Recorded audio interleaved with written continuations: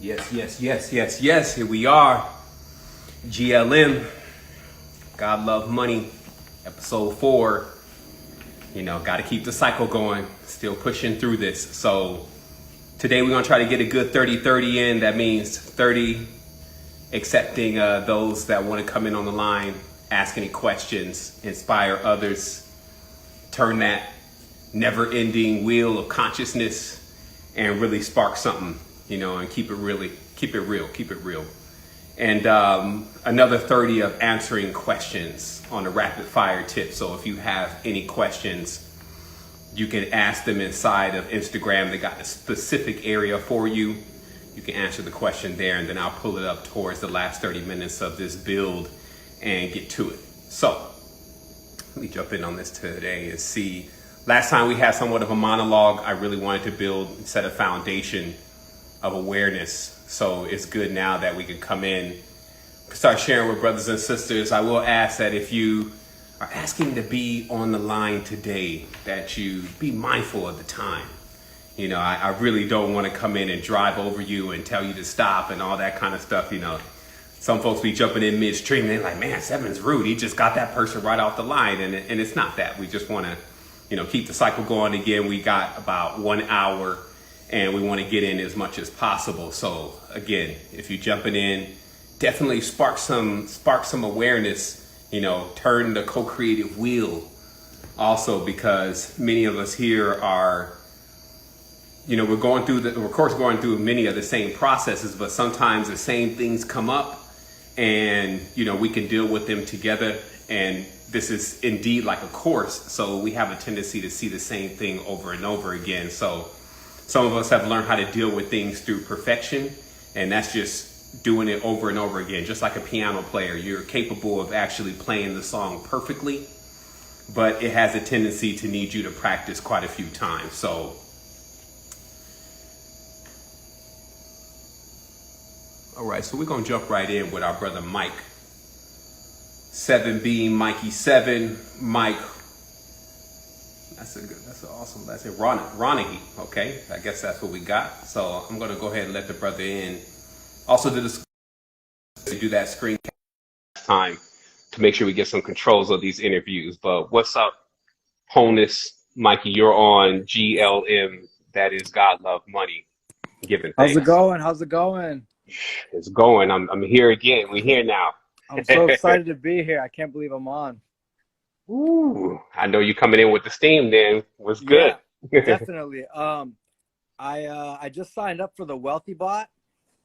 All right. Congratulations. And, yeah, I'm excited. I'm really getting into the crypto world, and I wanna emphasize for all the listeners how important it is to educate yourself in the crypto world at this moment while it's all blowing up, you know, because a lot of people, they think that, you know, Bitcoin is cryptocurrency itself. Like, you know, it's basically just like the name Bitcoin is like the big dog right now. But the whole cryptocurrency world is obviously like the future. And I have a channel I just started. It's actually called, it was actually called Decoding the Matrix before. And it had some clips of you before with some other guys, but now I changed it today.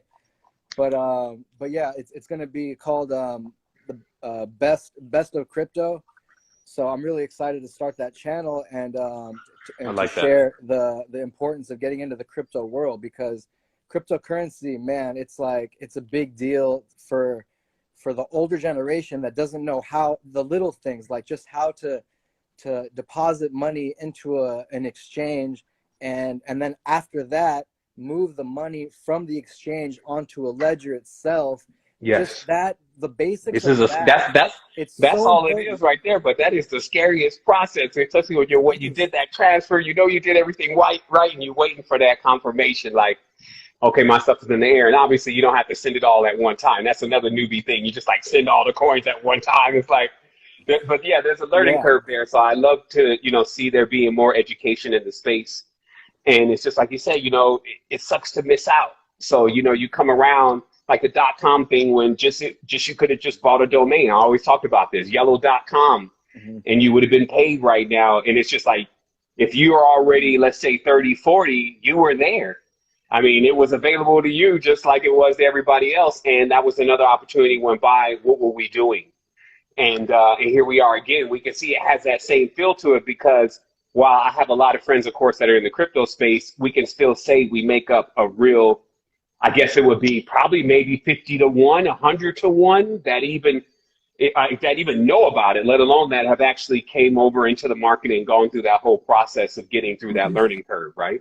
Exactly. And the other Yeah. thing is, I got into this space first off of I was watching a lot of your videos, and you mentioned on one of your lives about the gold and the silver and the precious metals and the importance of having that as Yeah. just like an asset itself, and then at the same time investing in crypto, so you have like, because crypto is going to exponentially grow, but then it's also important to have, the metals, the precious metals, gold and silver, because they're going to Yes. go as obviously the dollar goes down in value, because we Yeah. all know the Fed is printing up a ridiculous amount of money at the moment. But yeah, Yeah. it's Gold even, has done some backflips. I think it was up like 25%. The great thing about gold is you can have it at the house. You can put it under your pillow. You can put it all on your chest. Whatever you want to do with it, you get the hard thing there. And, that's the standard. It's been there for a long time. I will say in conclusion that, we mark these ages, of course, by their currency. So whether it's the golden age, whether it's the plastic age, and then we always see a remnant still of that being used. Like we still even see folks that are gold heavy. Now we went through the plastic age. As I always mention, that people don't realize just what plastic did to every industry, to switch over from something like wood and metal, cheaper prices, lighter weight, able to mold it and, make all this Tupperware. They just went nuts with it. And of course the credit cards came out too, and that became a part of the petroleum money, right? Even the dollar fiat is really still backed by what we would say is the petroleum market, but very loosely, right? yeah. And then, we would think that we'd be able to fast forward enough to just say, okay, so I see the trend here. What's coming next? And that's why we knew Ether was coming next. I wish I had a cop that Ether on Kickstarter when it was almost nothing. And Yeah. but it's just, again, so Ether on a currency level is still Ether what on a metaphysical level. So we can also see that souls are going to be soul force, soul power, the energy coming off your body is going to be commonplace as we go into this air age in the next 3 years. And we're going to see a huge emergence in that vista. And as Ether just becomes more and more the thing, because people would for sure want to invest in the power of themselves more so than something else. So especially inanimate objects. So I definitely look forward to, your channel. Mhm. And, just giving respect again out to those who are still out there keeping it real. Ian Definitely. Bellina, the originals in this that have, continuously pushed knowledge and information and tried to keep the FUD away. I will say that this industry also has a heavy lock and binding to it. It's a mental thing. You really have to know what you're doing. And so all of that training, of course, is there within even our lessons that we give. And of course, Wealthy Bots group is there, which I'm sure you're a part of, where Yeah. others can come in and really get some knowledge. So Yeah, they make it really easy. They answer the well, you said like questions. 500 of us. So, Yeah. everybody's, it's Yeah. linear. See, that's the thing about metaphysics is it's everywhere. Like it really is an emotional thing. There could always be a different response for a different situation. Mm-hmm. But when you're dealing with something as like a script and literally a currency and a process, you can debug it to the point where you debugged everything. So, it is even easier for me personally to deal with something like that than the complexities of what we have to deal with sometimes with the mind and the consciousness. So I'm loving it. Wholeness. Oh, all right, brother. Wholeness. Thank you Thanks for again. having me. Yep. No doubt. I'll see you soon. So somebody's asking, one more thing, brother. What was your YouTube channel you got coming again? Oh, it's called it's called I just changed it today. I can't remember right now. Should you need to get that thing indexed and throw it up in Yeah, I'll in throw the it in there. I'll throw it in there in a minute. Okay. For sure. absolutely. Thank you. All right. Wholeness. Wholeness. You're gonna have to hang this thing up. They still don't give you the Xbox. It's a little X thing that I'm supposed to have. Even my Instagram guru Laura, she even sent me a screen share of what I was supposed to see, and it is not here. So I'm doing a screen capture this time just to show everyone in tech support over on the Instagram side. Also, you know, I had this epiphany today because we've been doing a lot with the build, and I'm waiting on our brother to hang out because it still kind of got him frozen over there. But I had this epiphany today while building with the developers about like a smooth, clean integration with Instagram and Secret Energy just within our activity feed, to where you could start bringing in your Instagram stuff into Secret Energy and sharing with the tribe there at the click of a button. And you can also do images and things. And so we decided to go ahead and get that in the pipeline to get built in. We got one more UI push that should be really done next week. We probably have to spend a few days debugging it, and it's really beautiful. It's like a smash up between Facebook and Instagram, and as far as the on the GUI level, and so that'll be rolling. And at that point, that's when we're deploying Ennealogy phase 1 and phase 2, which again is absolutely free and is going to take you through that step-by-step process. Not just not just think that you know everything, or it's very mindful about where we would all start, but also not harping on things too much and letting you get on with the process of your journey. And that's something that, again, you can invite your friends into. You can try it out yourself. And it's just dope to have with you, especially on your phone. You're like augmenting your experience and making sure that you're staying up on your supplements, your workout, your regimen, you know, your metaphysical knowledge, and just giving you, you know, that, I guess what you would say is the Jedi Master's droid in this case, just notifying you of what's happening with the communication. So that's going to be beautiful. I'm looking forward to that coming. So I'm going to keep this going. All right. So we have our brother, or actually, excuse me, that's our brother and our sister at a vegan paradise. Wholeness and balanced vibration. And we're going to go ahead and let it breathe and let them come on up in here for some GLM. All right, they declined that. Maybe that was a slip on the button, so we may spin back around later. Some folks like, okay, it's it. Oh no, that's the wrong button. We'll keep it going. So we have Suwani. Check it out. Okay, so I'm waiting on this, cycling through. Okay, so hold on, that's somebody else coming up in this piece. Wholeness. Okay, I got you. You pressed the wrong button. Shoot, is that Darth Vader? Is that you? Hold on, man. Let me keep it moving. No, I'm joking. It's it kind of glitched and it brought somebody else in, but that's all right. I'm seeing the image come in. Wholeness and balanced vibrations. If you can hear this, let me check this internet real quick. It looks good. Everything looks solid. So let me keep it going. It may be glitching in this. I know they're trying to push all of the features all at one time. I was like, man, I don't know about trying to compete with them. You know, you can sidestep a bit of what. So look, it looks like, okay, there it is. It released it. All right. So we have one person. I'm going to let it breathe just a little bit. I think maybe it's getting too much for it. I mean, I can't even imagine, again, dealing with developers exactly how they're cramming all of this in. They must have like 400 or 500 developers back there, and some hamsters even deliver the message. So, you know, I guess I'll speak to just very briefly that, you know, this is a wonderful time to be in. You know, we've been going through some things, but this is making things very clear. I feel like that Earth was a bit hazy before this. We was kind of in that like entertainment wonderland of the trance of Disney and, you know, the Power Wheels and all the rest of the stuff that have been cooking up in these Uniteds, as I say.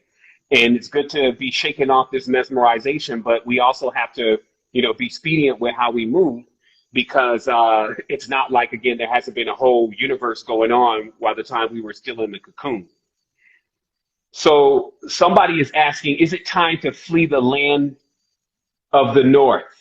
Okay, so that's a question. And again, I'm just going to let that, bringing somebody in, breathe for a bit until the technology figures itself out. And I would say this, I said this during the last show, that what I noticed was, like, remember, if you're staying in a downtown, generally you're in a vortex, because that's how the ley lines are configured. That's why they call it downtown. And downtown attracts a lot of people, and downtown generally features Skid Row when you finally hit the bottom and you're out, which is not too far from the corporate office believe it or not. And so I always noticed that there was this pull that every time I wanted to go somewhere or do something, I mean, the final thing was, do I really want to leave these 3 cars that I got to pay for, these 2 condos that I got to pay for, Saturday and Friday nights at that spot, and it would be like, I would just feel more comfortable with where I was. And that was kind of like a holding pattern versus, when I got a little stagnant and they put me on some time out, I was thinking, man, why didn't you go anywhere, man? You had the bread and you even had some contacts, you knew some people, and you just never got out there. And, it really kind of like, it was a downer for me because I just felt like that was another thing in life that I missed. And I said, if I ever got the opportunity again, then I was going to dip. I was going to go and see the rest of the world. And sure enough, I did. I got an opportunity to, really, really get myself back together. And then I said, you know what, let's fulfill that, what you said you was going to do, and let's step out of this piece.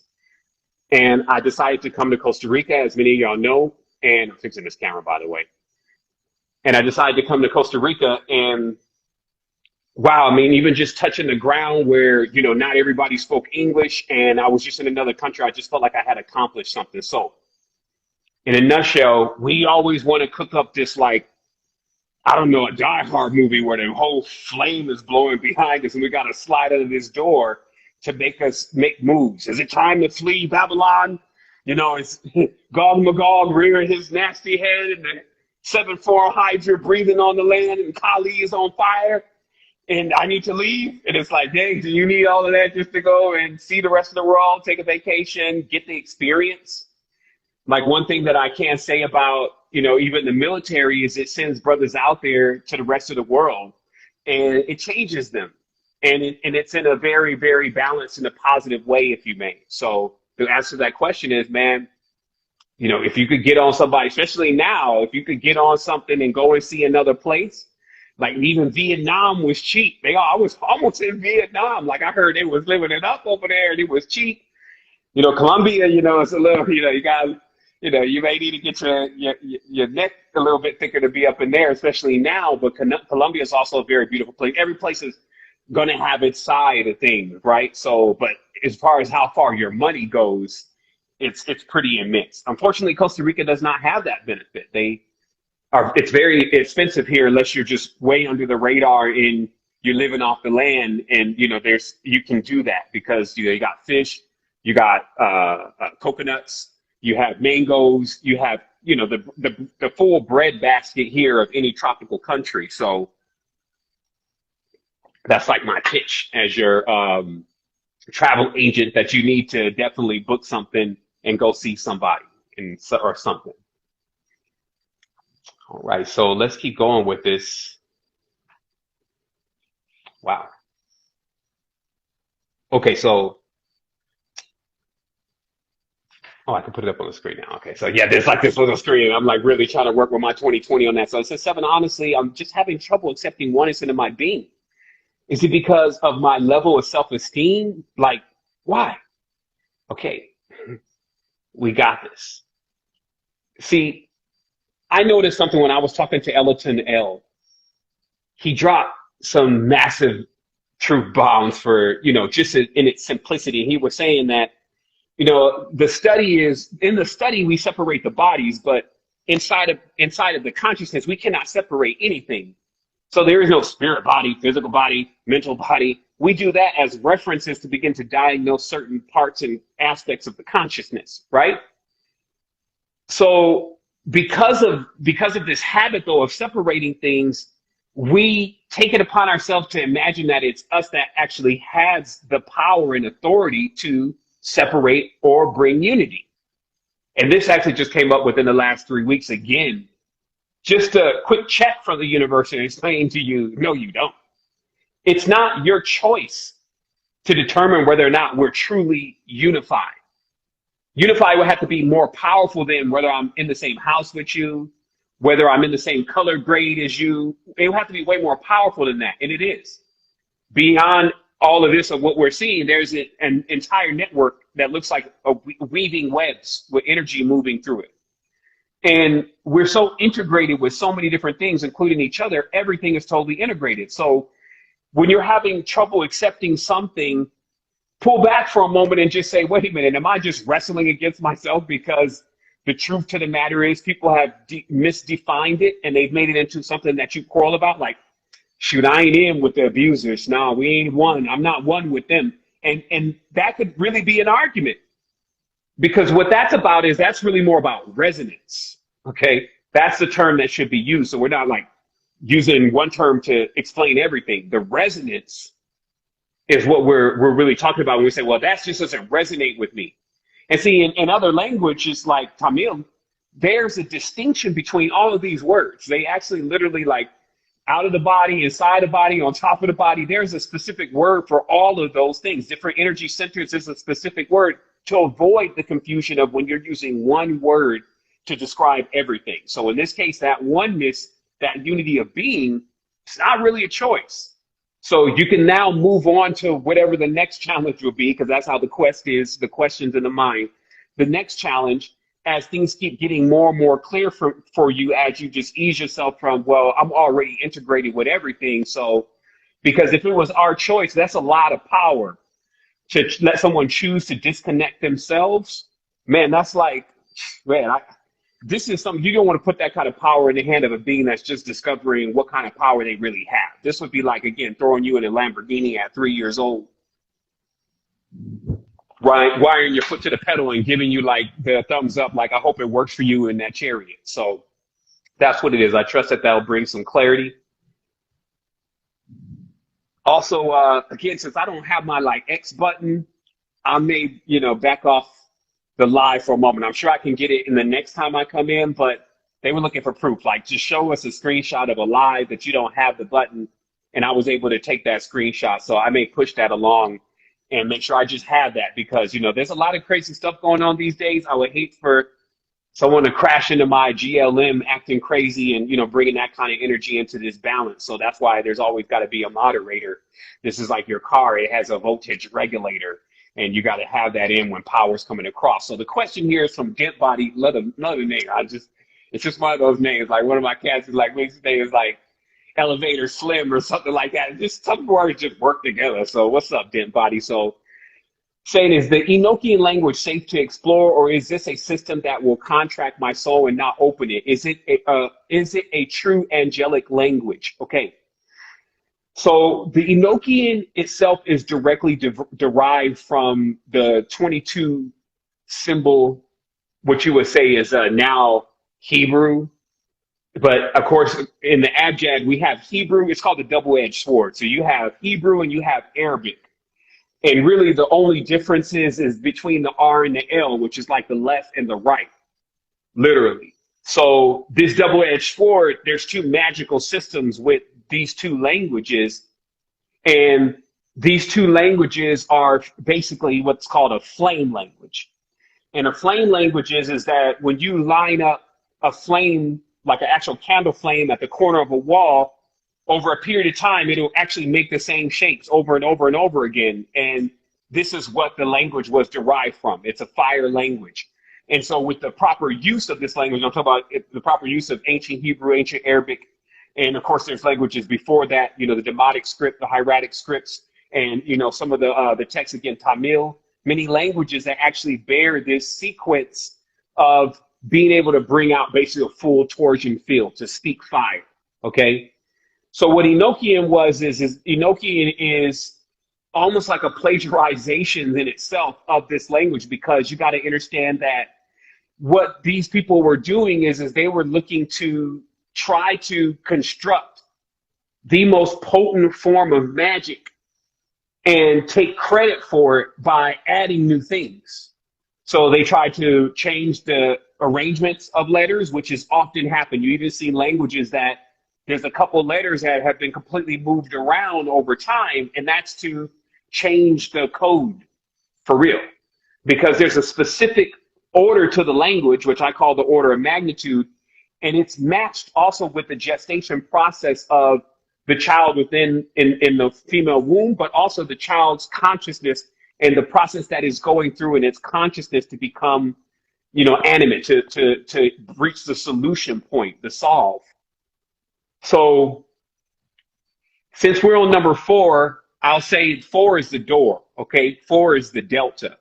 The delta is the door because it's also the symbol of the vagina, the uterus, and the door that we walk through. Also in Kemet, the delta region is the area where the Nile flows, and the Red Sea is also there. That all has to do with, those coming forth from the night into the day. And there's literally what you would say is a portal there that life comes through. So I mention this because we have to really be on point with the doors that we actually walk through in order to get to our mother. And that's why we talked before about just original and getting into that original state of consciousness and allowing that to show you where the door is. Because when you jump into these systems, because obviously John Dee worked in conjunction with the Golden Dawn, Nicholas Flamel, McGregor Mathers, Eliphaz Levi, that whole club, as we said, eventually Albert Pike, Jack Parsons, Eliester Crowley, Kurt Humey, Madame Blavatsky. So that whole club in itself, which was that H.P. Lovecraft, they weren't huge compared to none of the stuff that was going on. I mean, you got Mussolini running, you had Napoleon running around. So these are huge personalities, and what they were doing is trying to make their way in the world of occultism by going into these ceremonies and these sanctums in these countries as much as they could get into, and then kind of purposing the work into their own opus. Okay, so is it fake? I don't deal with Enochian. I just know what it is, but there's an original source. This source is also embedded within Ennealogy. It's a process that 1 does really mean something, 2 does really mean something, and the transitional points between those numbers or symbols also have a real meaning to them and knowledge to deliver. So I feel like, why should I go and get the secondhand stepped on version, especially if there's some traps laid in there? Not could be, but there are some traps laid in there. Why be on that when I can just go right to the original? So I trust that assists you in understanding exactly if you should be working with that versus just working with that true language and those true numbers, 0, 1, 2, 3, 4, 5, 6, 7, 8, 9, and understanding how that rolls out, not only in linguistics, system, tarot, etc. That course itself is in sovereignty mentorship. It's specifically under Ennealogy training, and there's a section there called Karma Codes, which is the Gnostic visual into the numbers. And it was like, man, even some of the stuff, like I had to just write down. Like I was not able to just say I could absorb all this knowledge, even though in every transmission I deliver all the knowledge about every single number and what it means. Because then once you have the code, it starts doing things on its own. Like that's the beauty of it. It has like a perpetual motion to it within itself. That's what we call infinite wheels. So it just once it spins and you take out a lot of the block work within the consciousness by answering the whats, the whens, the whys, what I call the wilderness or the W or the zigzag. Once that starts to really start getting harmonized, then all of a sudden, hemispheres connect. And then you get to experience the oneness. And that's why I bought for, another authority, like in this case, Central Intelligence, showing that they had already discovered that there was one side of the brain basically just taking orders. It could do anything, but it was waiting on the command of the other side of the brain. And that side of the brain was the gatekeeper. It was basically policing, if you may, I think it's the left side of the brain is policing the right side of the brain in respect to saying, hey, you can't do that. You can't go back that far. You can't remember when you were a child. You can't, you don't know who you were. You don't know who all your ancestors are. And this is that left side, if you may. But then when that's removed or disabled, as you read, and whether through hypnosis or binaural beats or different methods of accomplishing this. That's why some people come through the awareness of the matrix by entirely different means. Once you can start telling directly the right brain what you want, let me see 5,000 years ago. It has the data. It knows how to go, okay. It's like, okay, what are you going to show me? And then it starts coming. And, the reason, again, why it's important to bring a sober authority is a lot of people just think, oh, that's metaphysical talk. Yeah, everybody talks about that, but they haven't got to it yet. And there's, of course, several reasons why they have not been able to reach that state yet. And what we do is we try to work through those reasons, for the love of life, for the gift to our sisters and brothers.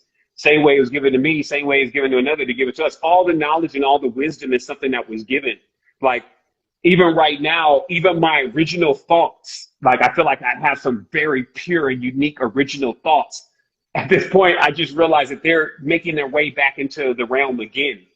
But truly, original thoughts in this code, in the code set, it's just, it's like everything has an origin point and a birth, but that's so much more closer to what we would call the subjective plane. And the things that you would be conceiving there, you can't even play like, oh, I need to be successful my whole life. And just those kind of ideas are, I'm really from this other planet. Just those things are even an inkling to what is going on and what kind of wheels are turning closer to the subjective plane and the powers that are present there, which are like what we would see with the periodic table and interfacing with nobles. You see what I mean? And, noble is like, think of the word, and what we know here as a noble is somebody who's very respectable because it's something, they've achieved something. So when you're speaking directly with helium, hydrogen, argon, etc., the conversation's a bit different. So it's just something to let us know that once we click into realizing that everything has a sentience to it, and then you can learn how to dial into its specific vibration. So let's keep the cycle going again, as we've been saying today. This question is from Rohan. Checking somebody's question before I push the button. Is this why they put muzzles on the women to keep them from speaking the flame language? That actually has, you could add that to the pot too, but really, it's interesting how the whole thing played out because, okay, here's a good example. This is something that actually happened today. So I take it to looking through certain programming these days, like, and what's coming across the program in other countries, because I realize that they're just setting some of these other countries up for something that we've already been through. And one of those is India.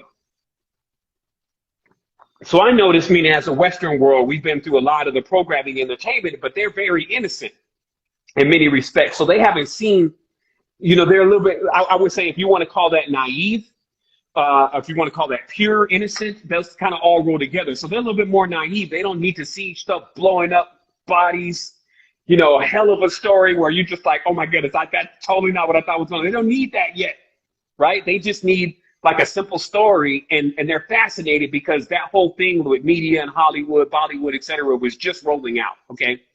So I was noticing that there's one company specifically, let me get to this real fast here, but this one company, I saw the beginning of 2 flicks, and it was from the same production company. And the storyline was women need to basically work in men's roles. And this was what, like one, they wanted women to wrestle, and the other one wanted women to fly planes, okay? But the story and the subtext, like rebelling against your parents and do whatever you want, and they were even creating music around it. When they even are translating the lyrics, and it was like, man, what is this? Like, what are you trying to create but dissension in someone's household if this is the instructions? It has nothing to do with whether women can be pilots or whether women can be wrestlers. This had to do with creating rebellion and also allowing, let's say, women to become fire. That's what's really happening in California. Man, California is really Kali. California is a real goddess. They still got pictures, and still got pictures of the indigenous tribes walking through there, and the woman that was the leader, if you may, of all those indigenous tribes. You could tell there's some power going on here. But if you ignite the divine feminine, which the West was also very symbolic, they wanted the West so bad. It has a lot of power to it. Where the sun sets would have a lot of power to it. So long story short, just to get to the question, in Islam, it came to a point where women did figure out their power. And you had many women covens, female covens, that were sprawled throughout the land. And you also had situations where women were being sold.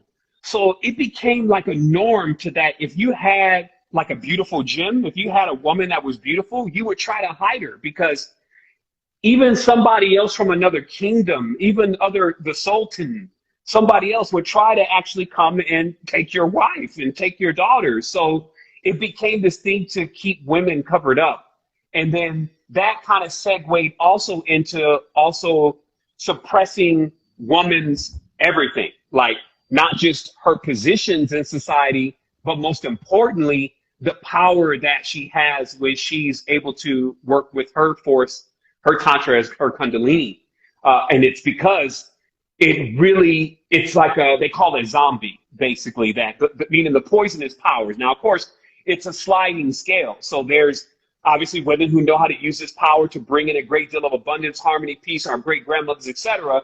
But there's always a flip side to that, right? So that's always what I notice with a lot of the men when they start, carrying the matriarchal flag, which is great, especially if you're healing yourself. But then they kind of go overboard and kind of imagine that there's actually not another side to the divine feminine, just like there's another side to the divine masculine.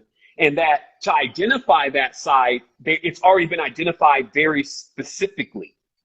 And especially in occultism, because in dark occultism, of course, they're going to tap into that inverted womb, which is really the upside down pentagram. So they're going to try to activate all these pains in order to bring out a power that is basically it's just relentless, unrelenting power.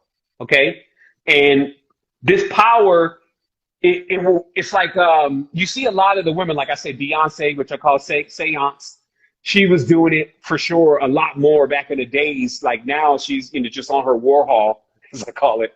And same thing, of course, with Cardi. So they use this power, but it's not like they know about how this specifically works, because it's not that complicated, especially when someone else is transferring it into you and putting you in the proper positions on the right days to use you as a conduit for that power. So what I'm saying is that the Catholics and the Muslims alike just decided, let's just put this away. That's why the whole thing became forbidden fruit.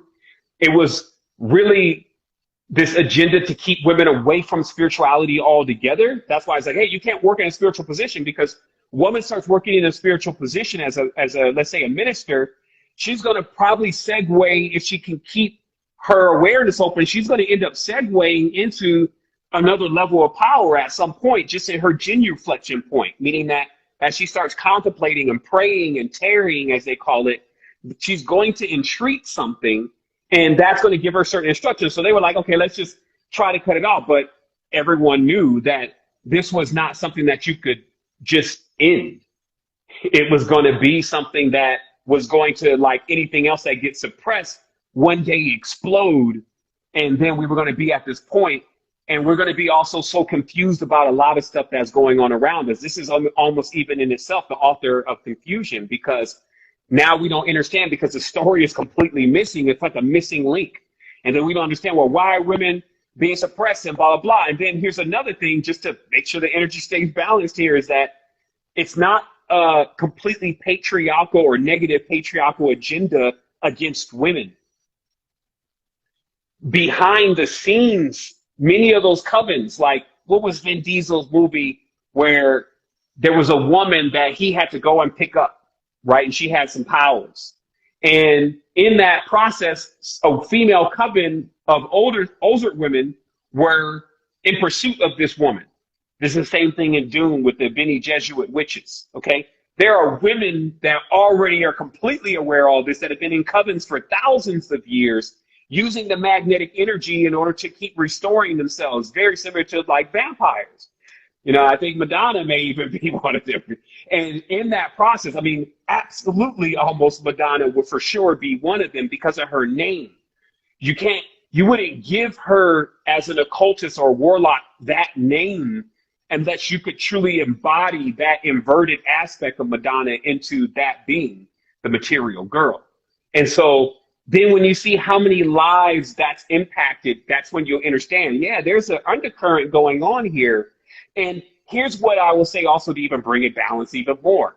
We have to realize also that Earth is capable, and this is something our sister Wishby brought up last night in a beautiful meditation, but Earth is capable of transmuting all of these energies the same way when you breathe in oxygen and then you breathe out carbon dioxide. That's virtually a byproduct from you. Same thing, when you eat this food, it's got energy into it. Then when you defecate it, you've changed the state of the energy. That would become fertilizer and actually food for the environment next door, if you may. So that's also another reality of the powers, is that we have to get familiar with, instead of holding our anger and trying to act like we don't have it, giving it to the earth so earth can transmute that energy. And you would think, well, I don't want to send bad energy to earth. You're kind of like still in a human state trying to think about how this whole being processes energy. It already has the fire, earth, wind, water action going on. So anything that you give will be transmuted. The issue is if you hold it. And that's what I find to be the overall thing with even why women ultimately became veiled was, again, when you're trying to hold these powers, and like I said, we're here now. So this is not something I wish this didn't happen. That's not where I'm at with this. I'm just saying that I would love to be in a space where others didn't try to hold others' power. Like a man could even take a woman, or a woman could take a man, and really almost like shroud them and never allow them to be who they truly are. Like keep them locked up in a room somewhere and they never discover their potential, like a troll or an ogre or something like that. So of course, I wish to be in a world that doesn't contain those kind of things. But I also would love for that also to accompany a world where people were responsible for the energy that they bring to each other. Which, is an interesting process, because that means that we would actually have to go through the training first. And then when we come into the space, because we would learn how to be responsible, we would be able to keep building in the space. And this is what I noticed even about men and women, is that they have this kind of yin yang thing going on, and it works for a moment because it like turns the wheel. Yin yang, opposites attract, right? So it's kind of like turning the wheel and we're getting somewhere. And that generally happens, especially in the beginning of a relationship. But then at a certain point, that same force, because of things that happen in the relationship, it starts going in an opposite direction. And you find that now you're not only not getting where you want it to go anymore, it seems like you're going backwards, or you may be getting stuck, right? And that's just only, hey, let's recall again that we had a yin-yang thing always going on in the beginning, and our opposites attracted each other, and we were getting somewhere with that, though.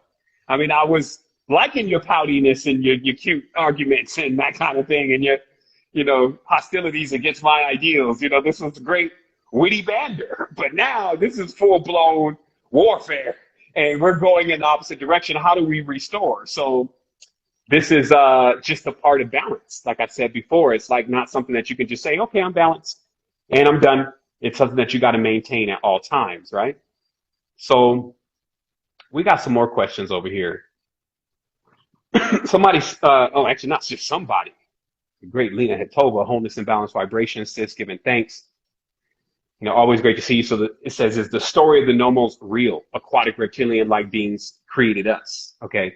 What happens here is that for sure the human DNA, just like, okay, so right now I was listening to some of Kassar today, still riding out with Kassar. And he was talking about what is real. And he was explaining how you have this thing where we even say, okay, well, we came from, and they're fill in the blank. Some people say we came from apes. Some people say we came from the stars. But every time we refer to something, especially if it's an animal, we have like an awareness. Like I say, we say, oh, we came from primates. Okay, mammals. But where did the tree, though, come from? Because the tree does not fit into that same category, yet is still here running on some type of OS, if you may. It has an operating system, program, a level of knowledge.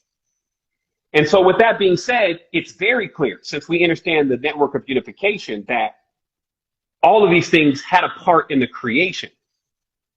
So I like the way he was explaining, like creation unfolds like a lotus.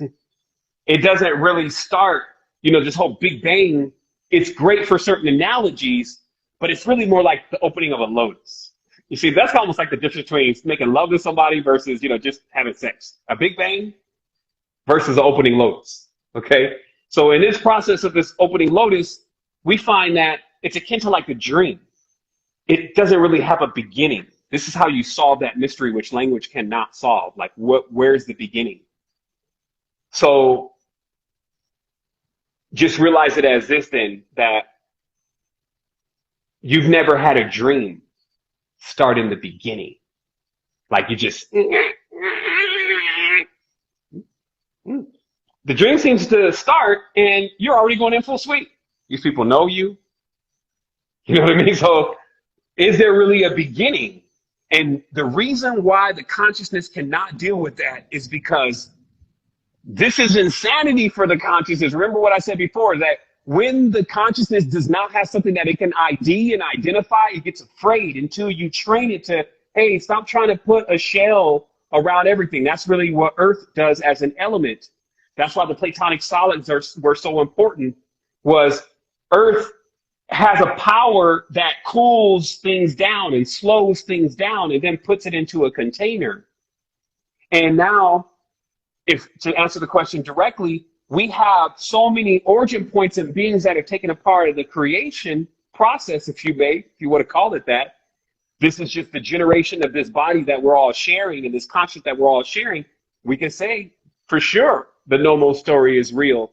And the beings also that were maybe a direct byproduct of those Nomos may not even be the current version, if you may, of the human that we're seeing now. We may see more happen after the Nomos. Like maybe the Nomos were really strictly aquatic, like Yamaya, and many of the beings that you keep seeing as you dig, especially into any of the Hindu texts, any of the ancient Alkebulandian texts, even some of the fetishes that you still see in Africa of what you would call today a merman or merwoman. And that is really more or less the direct lineage. And I would say for sure, this is so unexplored, but has so much going on. And I point there because the ocean is actually that way.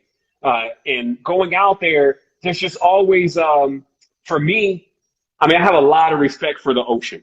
And it's just because the ocean, man, it's the unknown. Like even when I was out there doing some diving and things and some scuba diving, or excuse me, some snorkeling even, every time we would go out, you never see the same thing. And it gives you this, you never know what you're going to find out here. It's not going to be like turtle to the right, dolphin to the left, eel up a couple more blocks. It's not going to be that. And that is what, again, I feel like if you're trying to really run through fears, stuff like those kind of techniques of going into the deep water will start pushing through those fears because you start becoming comfortable with places that are unknown.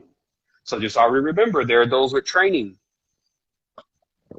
specific training, to not be afraid of the unknown and to not move their signature. Because, and we've talked about this before, but when you, okay, so what happened is that sometimes you'll go into this meditation and you'll start to see something. We've talked about this a few times. And then you'll immediately say, well, what is that? And then it'll disappear. And man, or you'll feel something, like you'll feel something strange. Like, what is that? And then it'll disappear. And then as you keep going, you realize those are actually the points that you're supposed to keep enduring and let the next thing happen or let it come into full view. But you can't grab it. You can't become alert, if you want to call it that. You can't become awake, if you want to call it that. It's like you're watching a dream, like a lucid dreamer. We can watch the dream. But if we try to grab the dream too much, we wake up. So we're trying to ride that line. And so it's the same thing here, is that, it's just realizing how to keep your consciousness at a point where at some point that you get to where the unfamiliar things, you know how to go a little bit longer with the unfamiliar things before you interrupt. And that's what I was saying the difference is between the student, the master, the observer. The student is not the observer. You would think because the student's watching the master and learning something that they're the observer, but they're not. There's a motive, there's an objective there. Observer does not have a motive or objective. There's no motor running, if you may. And what this is allowing them to do is, it's like basically you're invisible to them. They're all around, if you may. There's life and forms in existence all around you. We know this. There's thousands of them on the surface of your skin.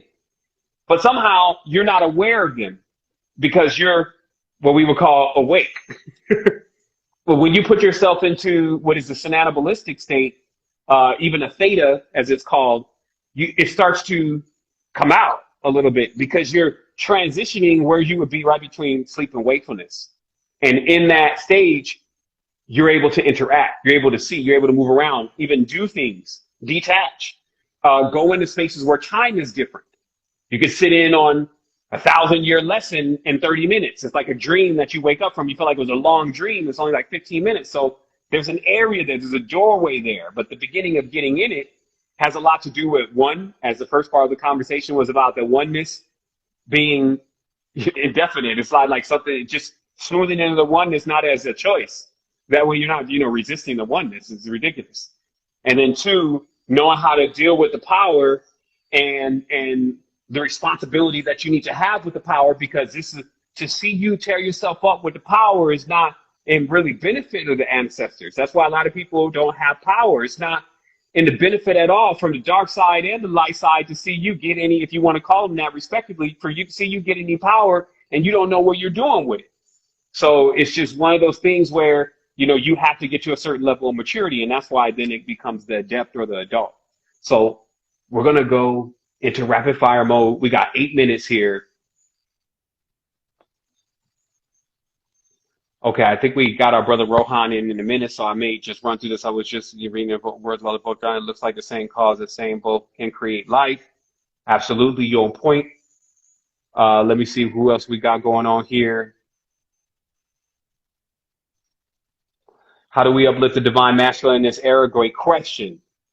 Great question. Man, that's a whole build. I might have to just come back in and, because, relationships in the male and the female is very intrinsic.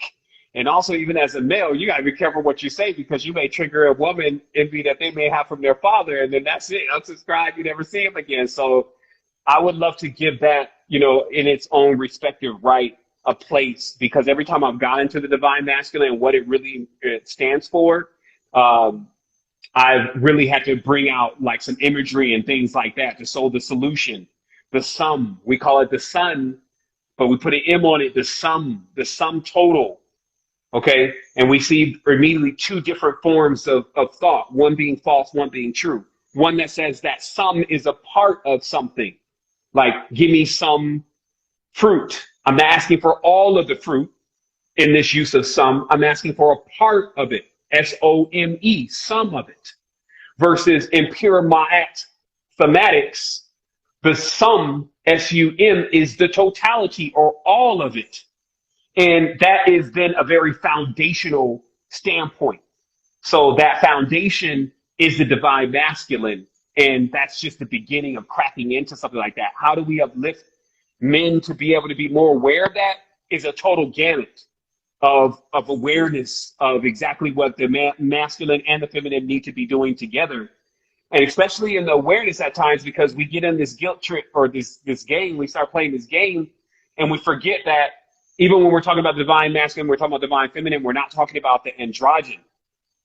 And what the androgynous state is on a spiritual level.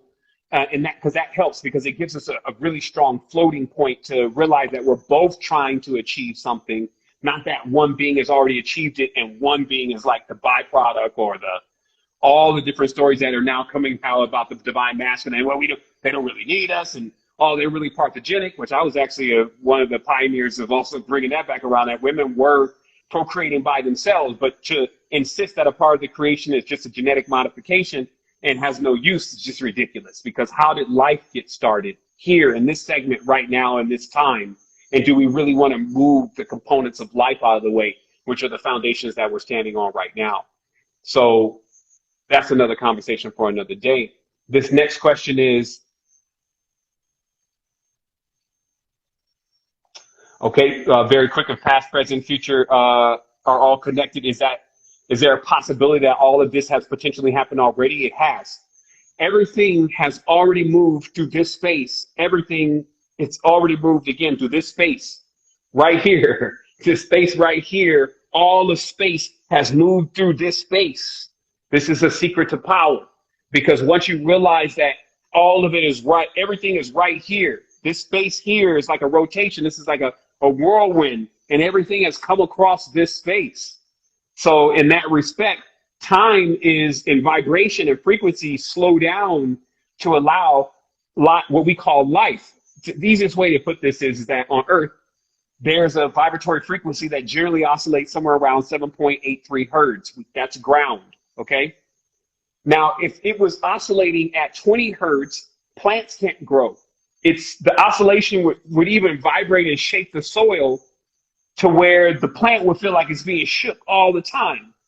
And there are certain things that cannot grow in that kind of resonance. So this is perfectly in this vibratory frequency to be a growing point for many beings. So that's how things really connect through the vibratory frequencies, and how the vibratory frequencies then become space and time. We got another question here. This question is, would tapping into our Moorish bloodlines and reconnect us to our galactic memories and ancestries? You know, that could be a little bit of a loaded question, because I think the definition of Moor is starting to vary based on whoever it is that you're talking to.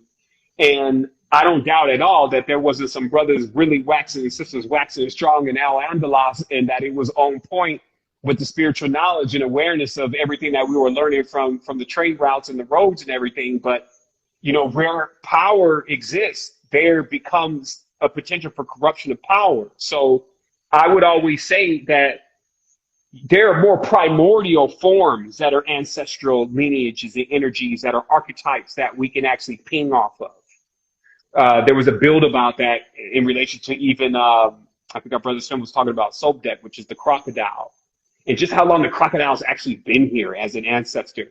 And even pinging off that energy sometimes just really right away you're getting knowledge and wisdom coming from an entirely different segment of time. So I kind of see, just like I said earlier, that I didn't really want to read any of the new books, any of the new age books. I wanted to get into the ancient knowledge because I felt like they were maybe closer to the truth. So it's that same thing with, you know, figuring out like what kind of bloodlines we really want to be adapting to, because math, tells you everything did start at the same source. It's impossible for there to be like 500 different sources. Well, again, this is where it becomes a paradox, because as I said, everything took part in the creation. Everything was the creation. But you have that origin point, if you may, in mathematics that says your grandma, your grandma's grandma, your grandma. And then pretty soon you start seeing all the bloodlines and nations and people and all that. They start coming into that singular being. And that singular being is, as I said, an androgynous form. And then once it goes from androgynous form and links back up, then it starts making its way back towards the subjective plane, which is the center of the spindle. It's like a DVD disc, the DVD spindle disc. So you start making your way back to the center, and in that center, now the closer you get to the center, the slower the vibratory frequency actually. It becomes almost motionless, unmovable. And this is an important state because it becomes the foundation for everything, as I explained before. Things that don't move and are not subject to the laws of the yin and the yang as much become stable. Like the yin and the yang is like all these different emotions and subsets and all these different things that we have now, these personalities, that could be very chaotic, even for children and others that are trying to live in that environment. You could be very chaotic to them with all of that. So there's got to be beings that are like, when you see your great-great-grandma, she's like very stable. They even have a stable build. Even great-great-grandfather, there's a stable build. The shoulders are broad. There's a more planted, like if you look at the indigenous statues of the great mothers, you see everything, the thick thighs, and everybody's planted, stable. You see what I mean? And that's also the energy of Earth. So, tap into the four elements. I keep explaining. I'm gonna try to put up a recording tomorrow. One of my brother's, blood brother, he's been in prison for 3 years, just on something he did when he was younger. And I got a chance to build with him about 2 or 3 days ago.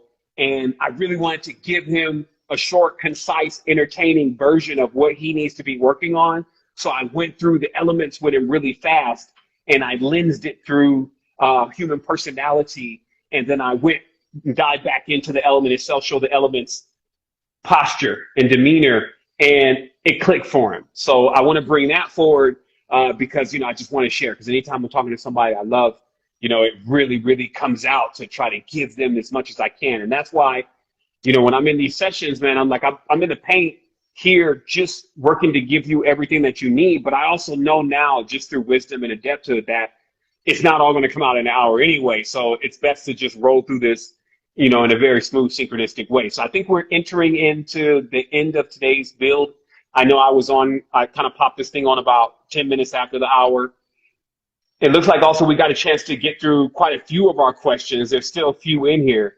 And actually, I may just do one GLM with just knocking out all of the past questions, because I don't want you to think at all that, questions just going into, the abyss and we're not going to get around to them. I will see them at some point.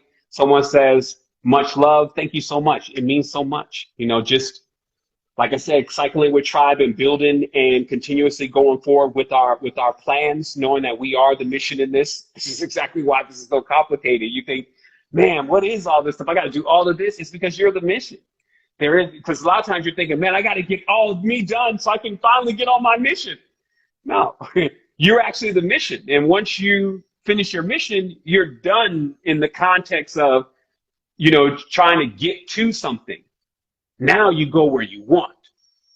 There's a difference between trying to get to something versus just going where you want. In life is really about giving you a lot of parameters to determine where you want, because where you want to go. Your parents want the best for you, so they need to let you see all this contrast. So you know what you want in your world and what you don't want in your world. Like a lucid dreamer, we call worlds up and we don't bring things in the world that we don't want. That's the power of being in control of your dream. Anybody that has lucid dream before knows what I'm talking about. You start bringing, I want to fly. I want to go to an area where there's nothing that's made by man's hand. I want to fly out there past the moon. Some things actually, though, I noticed there were some limitations, like jettison.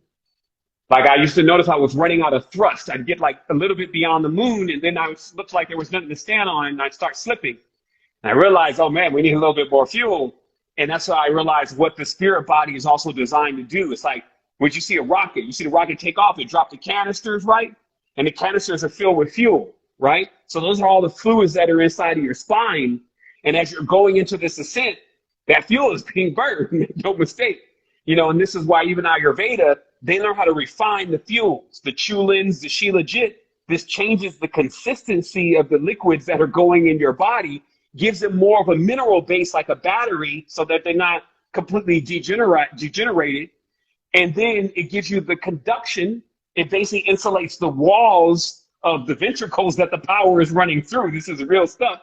And then this allows you to be able to jump off without actually coming down or exploding or becoming unstable.